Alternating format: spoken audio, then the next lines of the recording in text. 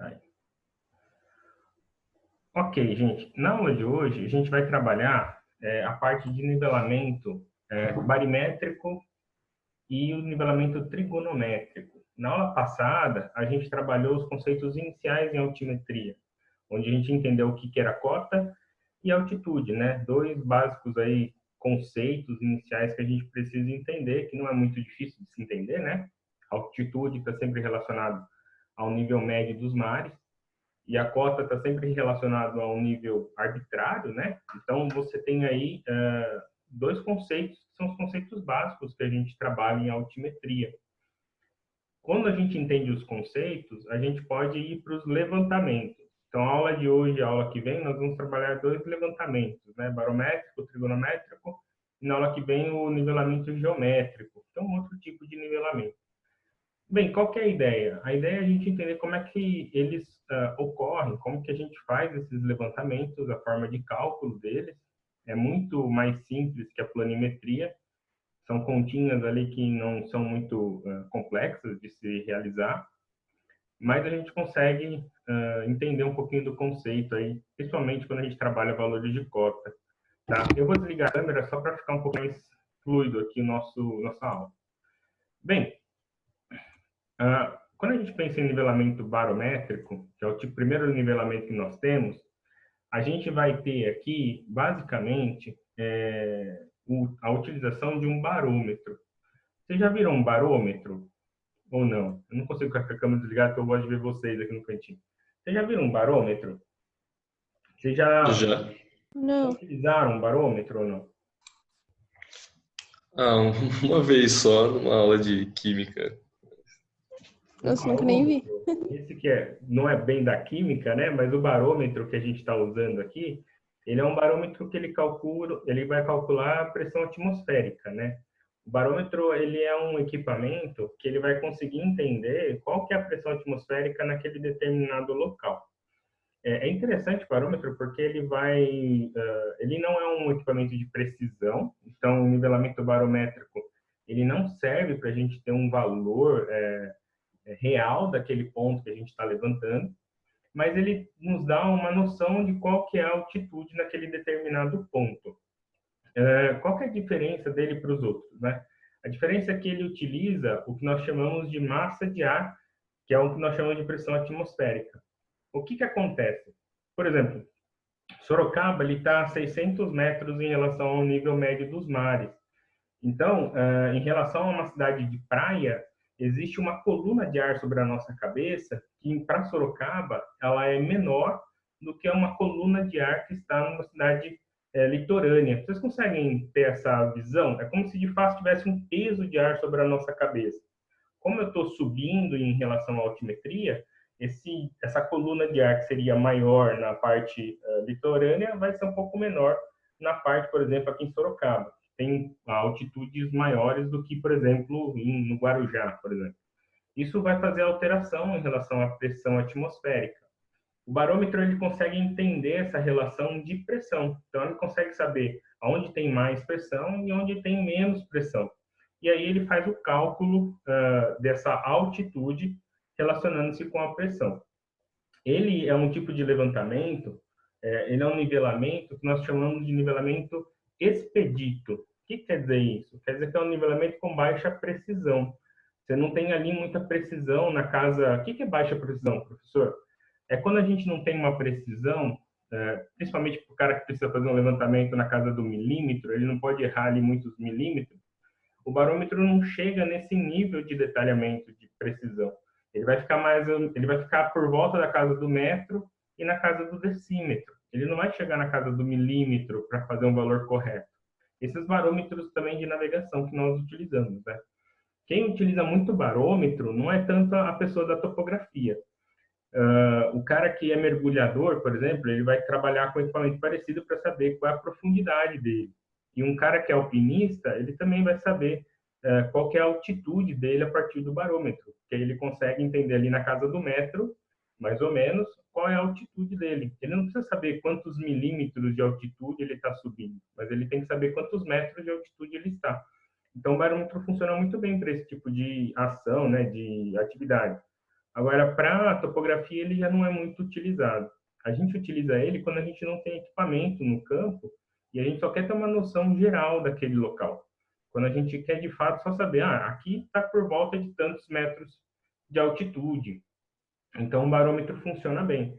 Agora, se eu quiser saber 50,221 metro de altitude, quer dizer, eu cheguei até a terceira casa depois da vírgula de altitude, esse equipamento não vai funcionar.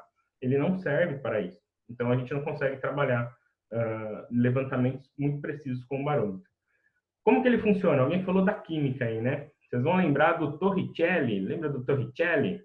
Às vezes você vai se assustar quando você ouvir essa palavra, né? Meu Deus! Lembra dos 760 milímetros de Hg? Não sei se vocês vão lembrar disso. O Torricelli, né? Ele faz essa relação entre o mercúrio e uma atmosfera, né? Ele descobriu que uma atmosfera é uma coluna de mercúrio de 760 milímetros de mercúrio. E aí ele convencionou isso como uma atmosfera. Qual que é a ideia? Quanto menor for a pressão, se vocês separarem aqui nessa linha do meio, quanto menor for a pressão, por exemplo, 680 milímetros de Hg, maior vai ser a altitude. E quanto maior for a pressão, menor vai ser a altitude. É uma relação direta. O barômetro ele vai trabalhar com essa relação direta entre pressão e altitude. Tudo bem? Consegue entender essa relação? Você não vai ter que calcular aqui quantos milímetros, você não está numa aula de física nem de química, né? Mas só para entender o princípio do equipamento. Então, ele vai entender quanto que tem de pressão em relação ao nível médio dos mares. Por isso que o barômetro, ele vai calcular um valor geral, só que para altitude. Ele não calcula um valor geral para a cota, né? Porque ele está pegando a relação atmosférica e ele está pegando ali o nível médio dos mares, que a gente viu isso na aula passada, né? Quer dizer, ele está usando ali não a superfície física da Terra, mas a superfície verdadeira, não a superfície também aparente, nem a física, nem a aparente, né? O referencial dele é a superfície verdadeira. Quer dizer que é o nível médio dos mares, que é o modelo do geoide, que a gente falou um pouquinho lá no começo do semestre e falou um pouquinho também, citou na aula passada. Tudo bem em relação ao nivelamento barométrico? Tranquilo? O dia que você usar um barômetro, então, saiba que você está utilizando aí um equipamento que não tem uma precisão muito alta. Bem, continuando aqui, ó, a gente tem uma relação bem interessante em relacionada ao barômetro, que é a seguinte. Quando a gente faz o levantamento barométrico, ele está muito ligado à temperatura e à pressão. Então, existe uma relação. Quanto maior for a altitude, vai acontecer alguma coisa com a pressão e com a altitude, com a temperatura. Aí eu vou perguntar para vocês, ó, se eu aumentar a altitude, o que aumenta com a temperatura? Ela vai aumentar ou ela vai diminuir? O que vocês acham? Diminuir. Vai diminuir a temperatura. Muito bem. Então, a temperatura tende a diminuir. E a pressão? Se eu aumentar a altitude, a pressão ela diminui ou ela aumenta? Aumenta. Mas eu não acabei de falar que se a gente estava no mar e a gente for para, por exemplo, um lugar mais alto, a pressão diminui, por isso a altitude é maior? Então, a pressão também vai diminuir. Os dois diminuem.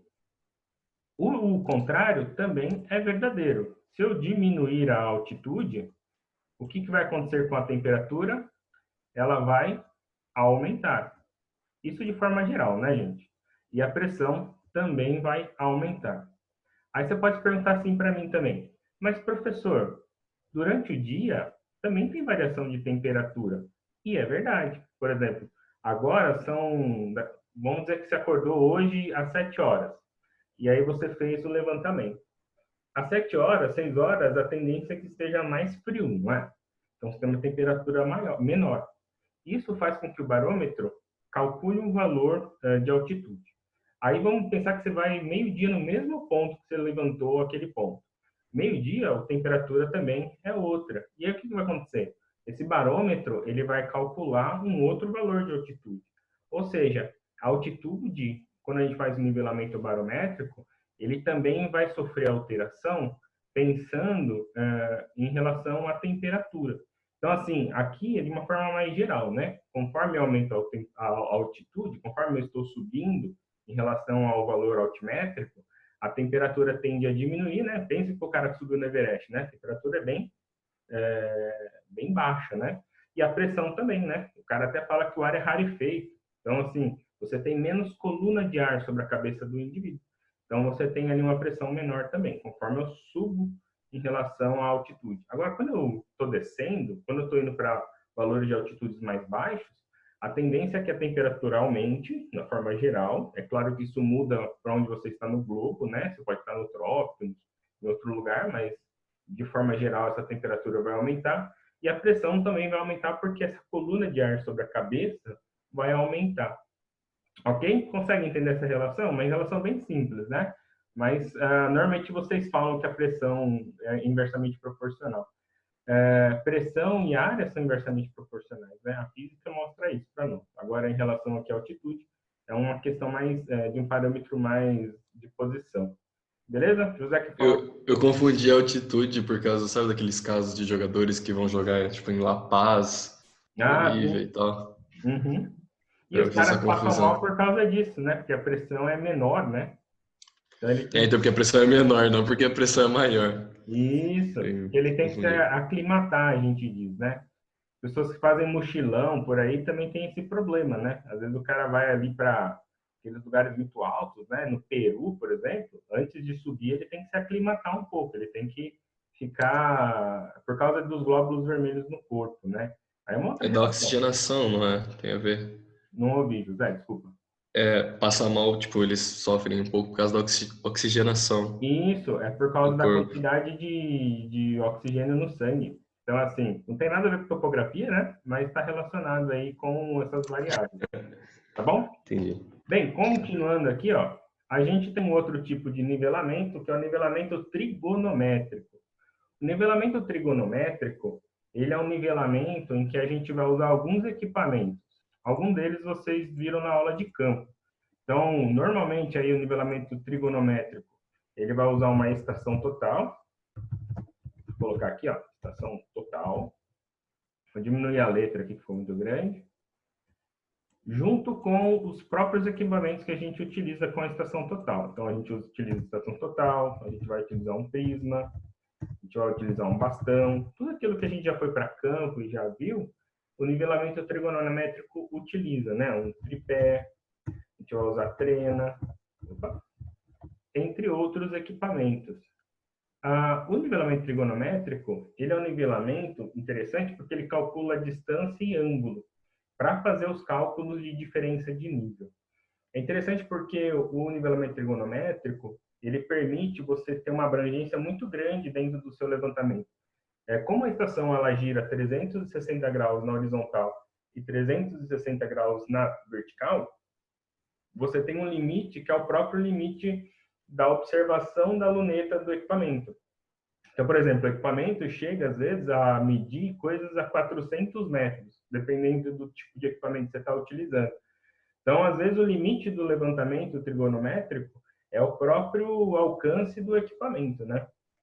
O legal desse tipo de equipamento é que você pode calcular a altura de prédio, por exemplo.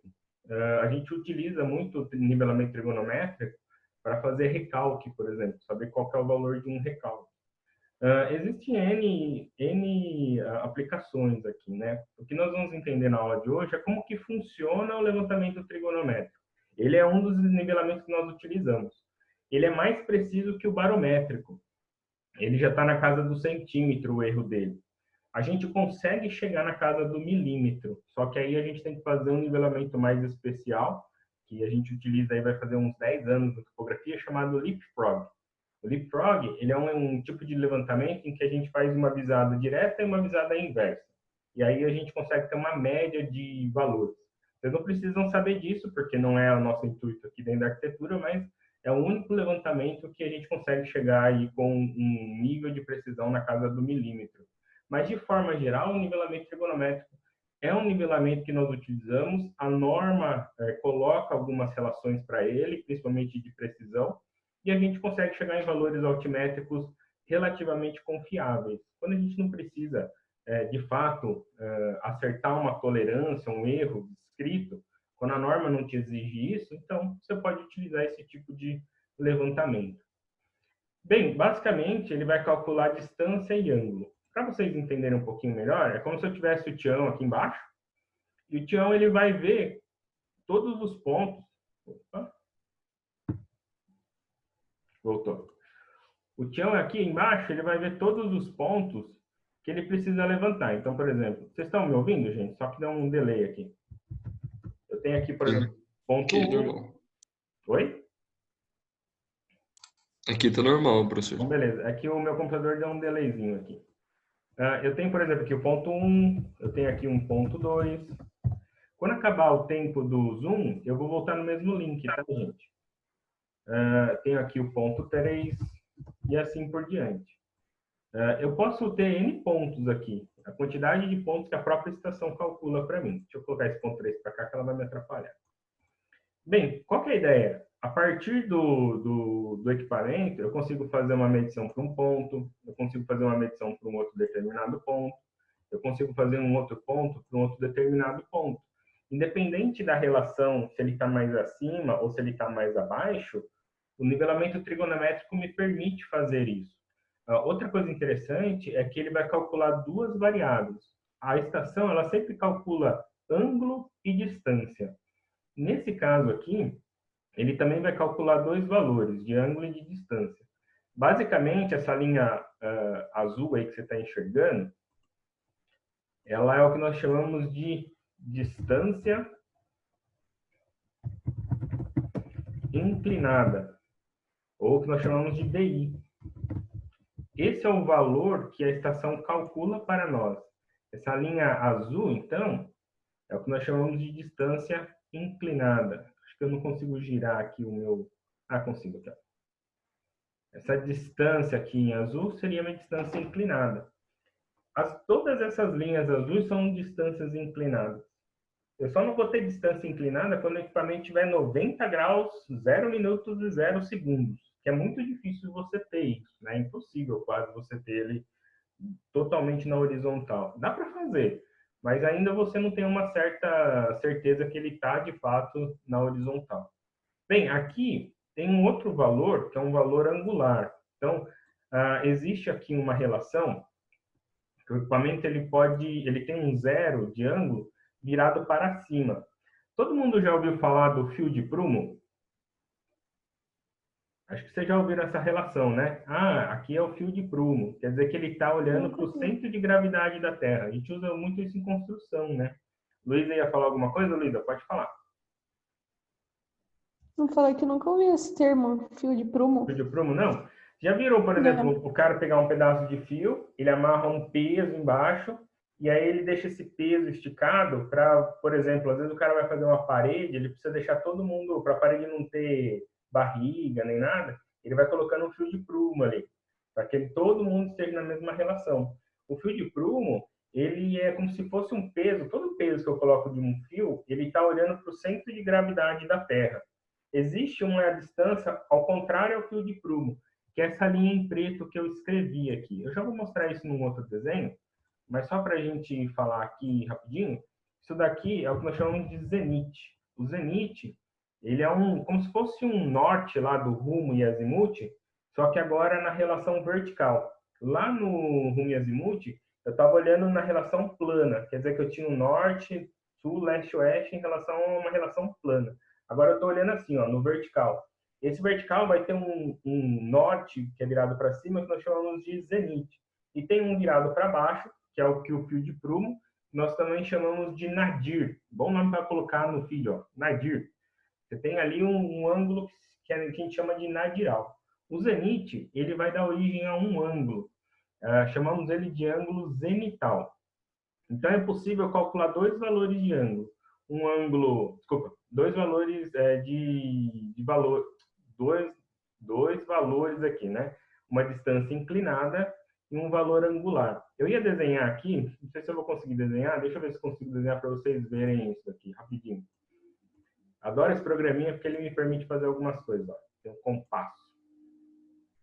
A ideia é a seguinte, ó, a partir desse valor zenital, o que ele consegue calcular aqui?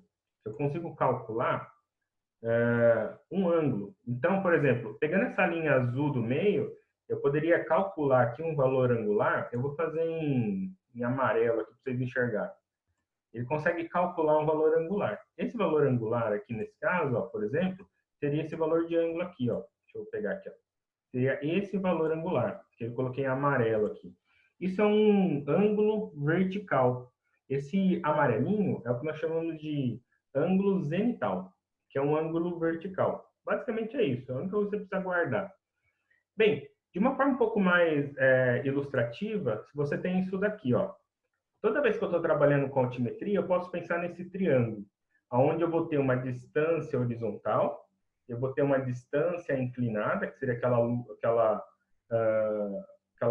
linha azul que eu mostrei no anterior, e eu tenho a diferença de nível, que é a diferença entre o ponto da horizontal com o ponto da inclinada.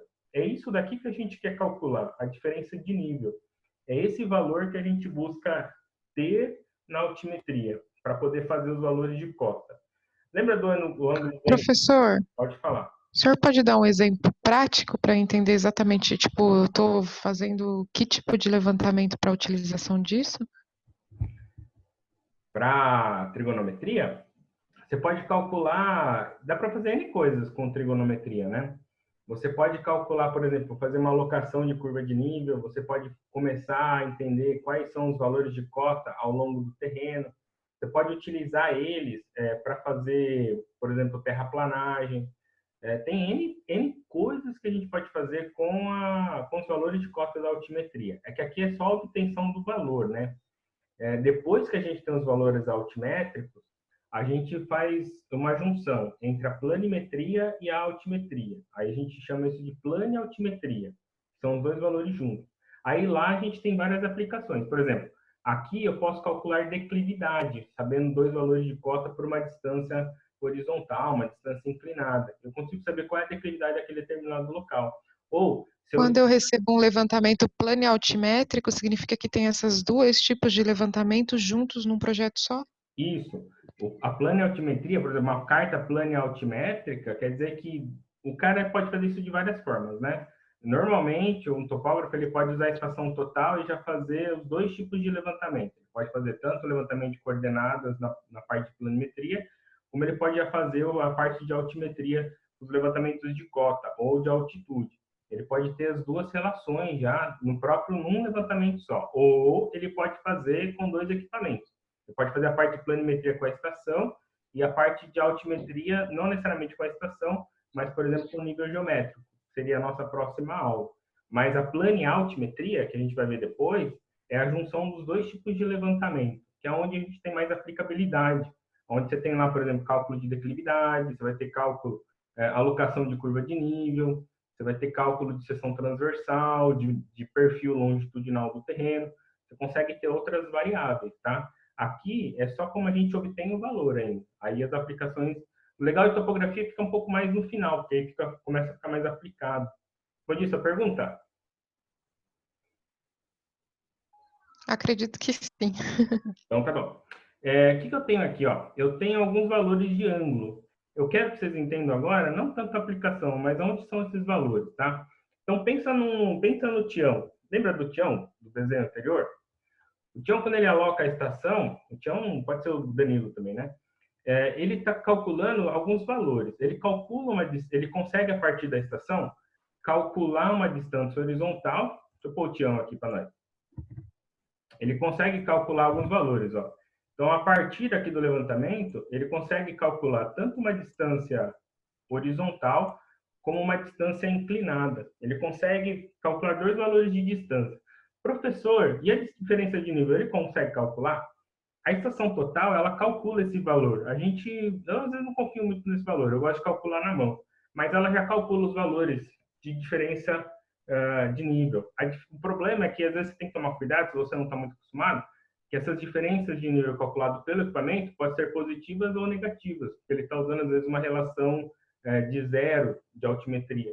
Então, por exemplo, se o cara faz um levantamento de um lote no nível da rua, ele está usando um valor de cota e não de altitude. E esse zero do nível da rua, quando ele fizer um aclive, vai ser positivo, mas quando ele fizer um declive, olhar para baixo, o valor vai ser negativo. Aí você tem que tomar cuidado, porque que você está olhando, tá? Bem, pensando em ângulo, então eu vou ter esse ângulo zenital, que seria a partir aqui do nosso equipamento, ele zera para cima, a estação total zera para cima, e aí ele calcula esse valor de ângulo, que é o ângulo da visada. É como se... Opa, vai acabar o tempo aqui. Esse ângulo da visada, ele vai estar sempre nessa distância inclinada. É um alinhamento agora, só que esse alinhamento ele está também na vertical. Tudo bem até aqui, gente? Tranquilo? Ok? Conseguem entender essa Ok. relação? A gente tem que ter um pouquinho de... Aqui, como a gente não está em campo, né? Tem que ter um pouquinho de imaginação aqui, pensar no levantamento. Mas, basicamente, o aparelho ele vai calcular esses dois valores, uma distância inclinada e esse ângulo zenital aí, que é esse ângulo vertical. Isso é a estação. Aí depois você pode calcular, por exemplo, esse ângulo alfa, que é esse ângulo vertical. Beleza? Então, tá bom. Bem, o que nós vamos ver hoje? Não se assustem com o próximo slide. A gente vai ver como a gente chega nos valores de nivelamento trigonométrico. Basicamente é isso daqui, ó. Eu tenho a minha estação, eu tenho esse ângulo, essa distância inclinada que o aparelho calcula, e eu tenho esse ângulo zenital que também o aparelho vai calcular. Tudo isso o aparelho calcula. Antigamente, a gente não calculava por estação. Quando eu fiz topografia, por exemplo, a gente, e por muito tempo dentro da topografia, quando a gente não tinha prisma, a gente usava uma régua topográfica chamada de mira. E a gente ficava calculando fio superior, fio inferior, fio médio. E aí fazia esse valor 2 vezes o cosseno do ângulo alto para poder achar esses valores de distância, né? Era mais difícil. Hoje em dia, o próprio equipamento já calcula isso para nós. É muito mais simples. Vocês não têm noção, gente. É muito mais simples. Bem, o que ele está querendo calcular aqui? Ó? Vamos dizer que você está no ponto A e você quer calcular um valor no ponto B, que é aqui no pezinho do prisma. Quando a gente vai para campo, a gente calcula alguns valores. O primeiro deles é a altura do equipamento. Lembra disso na aula de campo? Que a gente pegava a trena e media a altura da estação total? A gente chama isso de altura do instrumento. Lá no prisma, a gente também definia uma altura. O bastão ele é articulado e tem uma degradação dentro desse bastão. Você tem a altura do bastão ou a altura do prisma. Chamamos de AP. A altura do instrumento nós chamamos de AI. O que nós queremos calcular de tudo isso daqui é o DN, que é a diferença de nível. O equipamento, então, ele vai calcular essa distância inclinada e esse ângulo zenital.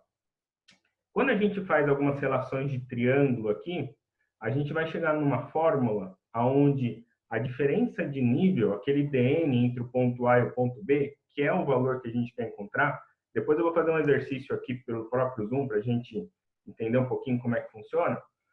Ele vai ser a distância inclinada vezes o cosseno do ângulo zenital, mais a altura do instrumento, menos a altura do prisma. Então, essa diferença de nível, ela vai ser a distância inclinada, que é essa distância que o equipamento calcula, vezes o cosseno desse ângulo vertical, que nós chamamos de ângulo zenital, mais a altura do instrumento, que é a altura da estação total, menos a altura do prisma. Tudo bem? Conseguem entender essa fórmula? É uma fórmula, assim, tá bem direta, né? Eu até mostrei, eu vou mostrar aqui como é que a gente chega nessa fórmula. Existe fórmula para a estação total, existe fórmula para se você estiver usando o teodolito, mas no geral o que vai mudar é se é seno, se é cosseno. Mas no geral a fórmula ela trabalha com uma relação de triângulo. Por isso que chama-se nivelamento aqui de novo falta um i, ó, que eu estou com um problema no meu teclado. Trigonométrico. O nivelamento trigonométrico, esse trigo, quer dizer que a gente usa trigonometria. Por isso que tem seno e cosseno na fórmula. Tá? Aqui para frente, ó, eu dei uma esquematizada só para entender como a gente chega nessa fórmula. Basicamente é o seguinte, se você reparar, preste atenção no desenho anterior para o desenho de agora. Aqui no desenho anterior, ó, repare que eu tenho lá a altura do prisma com a diferença de nível. Essa relação aqui, ó, vou colocar ela em amarelo aqui para vocês guardarem. Essa linha é em amarelo, tudo bem? O que eu vou fazer? Eu vou pegar essa altura do instrumento aqui, ó, e vou jogar essa altura do instrumento para esse canto de... Opa! Para esse... Opa! Vou pegar essa altura do instrumento aqui. Se eu consigo pegar agora. Agora eu peguei. E vou jogar ele para cá, ó. E aí eu vou criar uma distância chamada de distância Y. Tá vendo esse Y em azul? Basicamente é o seguinte, ó, é uma relação direta. A altura do prisma mais a diferença de nível, ela é igual a esse Y, que particularmente eu não sei quanto ele vale, e não me importa, pela altura do instrumento. É uma relação direta dessa distância aqui, ó. Essa distância, em azul, ela é a somatória de AP com DN, mas também é a somatória de Y com AI. Então, a gente pode igualar essas duas fórmulas. É só para ver como que você chega na equação. Agora, preste atenção. Se eu isolar o DN, matematicamente falando, jogar esse AP para cá, depois da igualdade, ficaria, ó, DN, ele é o Y mais a altura do instrumento menos a altura do prisma. Se você perceber, a altura do instrumento menos a altura do prisma já faz parte da fórmula que eu mostrei anteriormente. Então, aqui, ó, altura do instrumento menos a altura do prisma. Aqui eu já encontrei. Qual que é o problema? O problema está nesse Y aqui, que a gente precisa descobrir quanto ele vale. A gente não tem uma noção direta quanto ele vale, mas eu consigo calcular esse Y através de uma relação de cosseno, que é basicamente isso daqui, ó. Não se assustem, tá? Eu estou mostrando um pouquinho como é que chega na fórmula. Qual que é a ideia? A ideia é que, quando eu tenho meu levantamento, eu tenho dois triângulos que eles são triângulos regulares, eles têm 90 graus, né? Um triângulo retângulo, aqui no caso. Eu tenho um triângulo da parte de baixo, esse triângulo que está mais escurinho, e eu tenho esse triângulo da parte de cima, que ele é amarelo, ou laranja. Esse Y, ele corresponde a um lado desse triângulo. Uma outra coisa interessante é que esse triângulo, ele também tem a distância inclinada. Então, ele tem tanto a distância inclinada, como esse Y que eu gostaria de encontrar. O que eu posso fazer? Eu posso fazer uma relação de triângulo, aonde o cosseno do ângulo zenital, lembra de cosseno e seno? Seno é cateto oposto por hipotenusa. Cosseno, cateto adjacente por hipotenusa. O seno seria esse lado aqui pela hipotenusa, o seno, né? O cosseno, ele seria esse lado do Y aqui por essa hipotenusa aqui da distância inclinada. Ou seja, o cosseno do ângulo zenital seria o Y pela distância DI. Aí o interessante é o seguinte, ó. O I, se eu isolar o I, desculpa, se eu isolar esse Y, o Y seria a distância inclinada vezes o cosseno do ângulo zenital. E aí nós chegamos na fórmula. Se eu substituir esse Y nessa fórmula que a gente havia mostrado anteriormente, você vai entender que a diferença de nível entre os pontos vai ser a distância inclinada vezes o cosseno do ângulo zenital mais a altura do instrumento menos a altura do prisma. A fórmula ela sai daí, tá, gente? É só para mostrar para vocês, né? Porque às vezes o pessoal assusta e fala assim, nossa, mas de onde está vindo essa fórmula? Basicamente, ela sai de uma relação de triângulo, né? Onde a gente vai ter ali uma relação de cosseno para ângulo zenital ou de seno se eu estiver usando um ângulo alfa. Eu posso também trabalhar com esse ângulo aqui. Aí, de vez de cosseno, seria seno. Mas como a estação calcula por zenital, então é mais interessante já trabalhar com o valor calculado pela estação, para você não ficar fazendo conta. Então, a gente usa o cosseno do ângulo zenital. Então, o valor que nós queremos encontrar é a diferença de nível. A diferença de nível, então, é essa distância inclinada vezes o valor, o cosseno do ângulo zenital, mais a altura do instrumento, menos a altura do prisma. Tudo bem? Essa é a formulinha que nós utilizamos aí em nivelamentos trigonométricos, quando a gente usa a estação como equipamento. Bem, eu posso estar num aclive, que nem o exemplo aqui, né, de um lugar mais baixo para um lugar mais alto, como eu também posso estar num declive, onde eu tenho o ponto A num lugar mais alto e o B num lugar mais baixo. Então, a estação ela estaria olhando para baixo. Beleza, gente?